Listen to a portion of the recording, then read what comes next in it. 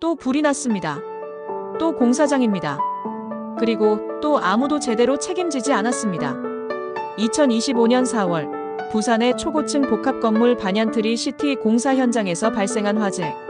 다행히 인명피해는 없었지만 이 사건은 우리 사회에 반복되는 구조적 문제를 다시 떠올리게 했습니다. 오늘은 이 사건을 중심으로 왜 중대재해처벌법이 있기만 하고 작동하지 않는가, 그리고 우리는 무엇을 바꿔야 하는지 깊이 들여다봅니다.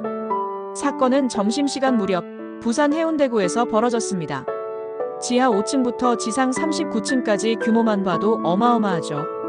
반얀트리 시티라는 이름이 붙은 이 고급 상업시설과 호텔 단지는 도심 재개발의 상징처럼 여겨졌습니다.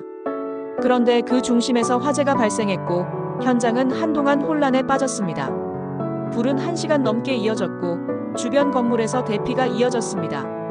비교적 큰 피해는 없었다지만 문제는 그 이후입니다. 시공사 현장 책임자가 중대재해처벌법 위반 혐의로 구속됐다는 사실이 알려지면서 시민들의 반응은 이렇게 바뀌었습니다.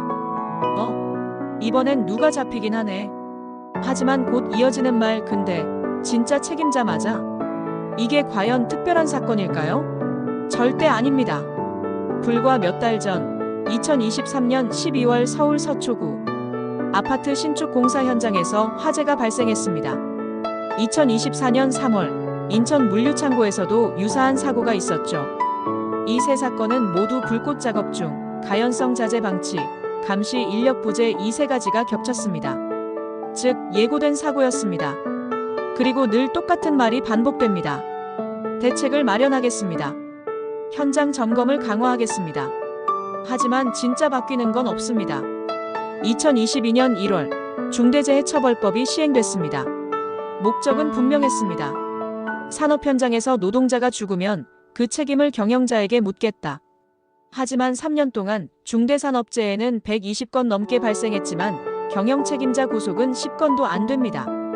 대부분 벌금형, 기소유예, 무혐의 처리로 끝났고 그 사이에서 하청업체나 현장 책임자가 방패막이처럼 앞에 섭니다. 반얀트리 사건 역시 같은 흐름입니다. 외주 인력이 작업 중이었기 때문에 본사는 몰랐다. 이 논리로 빠져나갈 여지가 여전히 존재합니다. 문제는 법이 애매하다는 겁니다. 위험 요인 관리 계획을 수립했는가, 실제 교육이 이루어졌는가, 이런 평가 기준이 너무 추상적입니다.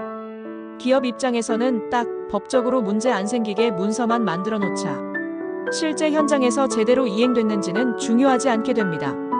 그러다 보니 이 법은 사고가 나고 나서야 비로소 작동하는 법이 되어버린 겁니다. 감시 인력만 늘린다고 해결되지 않습니다. 실제 권한과 책임이 있는 사람들이 행동하게 만드는 시스템이 필요합니다. 지금은 기술도 있습니다. 디지털 화재 감지 시스템, 인공지능 기반 실시간 위험 알림, 공사 전 시뮬레이션으로 작업, 동선을 점검하는 프로토콜 등 이런 사전 예방형 안전관리 체계가 절실합니다.